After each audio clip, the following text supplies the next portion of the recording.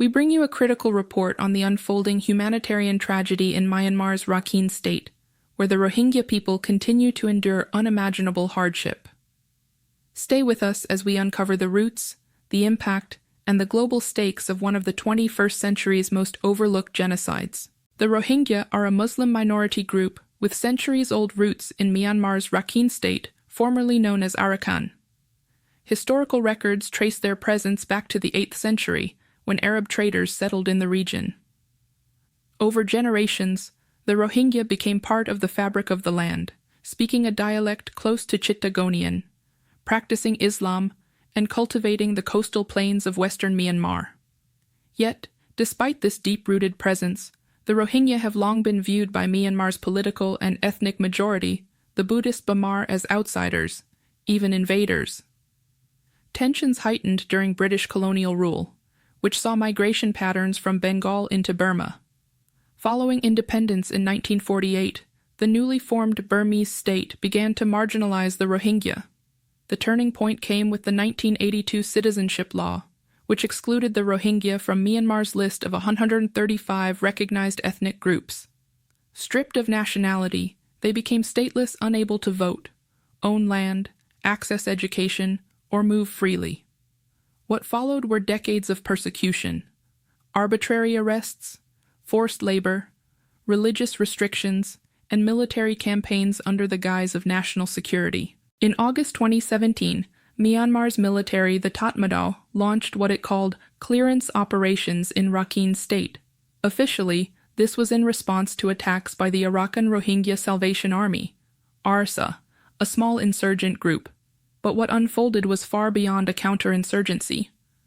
Entire villages were burned to the ground. Thousands of Rohingya were slaughtered. Survivors spoke of mass rape, children thrown into fires, and execution-style killings. The United Nations and multiple human rights organizations classified these actions as genocide, a systematic campaign to annihilate a people based on their ethnic and religious identity. Over 750,000 Rohingya fled across the border into Bangladesh, joining earlier waves of displaced people. Today, they live in overcrowded camps in Cox's Bazar, the world's largest refugee settlement. Life in these camps is defined by trauma, disease, poverty, and uncertainty. Yet amid the suffering, there is resilience. Aisha Begum, a mother of 3, told aid workers, "We left everything: our home, our fields, our memories. All we have is each other." Despite limited resources, community leaders like Rahim Ullah, a volunteer teacher, are working to rebuild their identity. "Our stories will not be erased," he says. "We teach to keep our future alive." The roots of the genocide run deep not only in ethnic politics but also in religious nationalism. The rise of Buddhist ultranationalist movements such as Ma Ba Tha painted Muslims and especially the Rohingya as a threat to national identity and Buddhism. Religious leaders and monks were complicit in spreading hate speech and inciting violence. Meanwhile, the Myanmar government, first under a military junta and later under a quasi-civilian administration led by Aung San Suu Kyi, denied all accusations.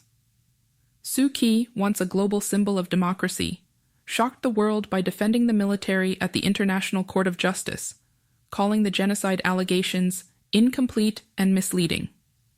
The military continues to claim it was fighting terrorists. Global outrage followed, but accountability remains elusive. The United Nations, the International Criminal Court, ICC, and the International Court of Justice, ICJ, launched investigations, but Myanmar has refused cooperation. Aid organizations, meanwhile, operate under tight restrictions both inside Rakhine state and in the refugee camps of Bangladesh. Countries like Canada and the United States have recognized the genocide, but geopolitical hesitancy, especially by regional powers, has stalled more forceful interventions. The future of the Rohingya remains uncertain. Repatriation efforts have failed the refugees fear returning to the same system that tried to erase them. Bangladesh, now bearing the humanitarian burden, has begun to move refugees to isolated islands like Bhasan Char, raising further human rights concerns. Without legal recognition, justice, or safety guarantees, the Rohingya remain trapped between statelessness and exile.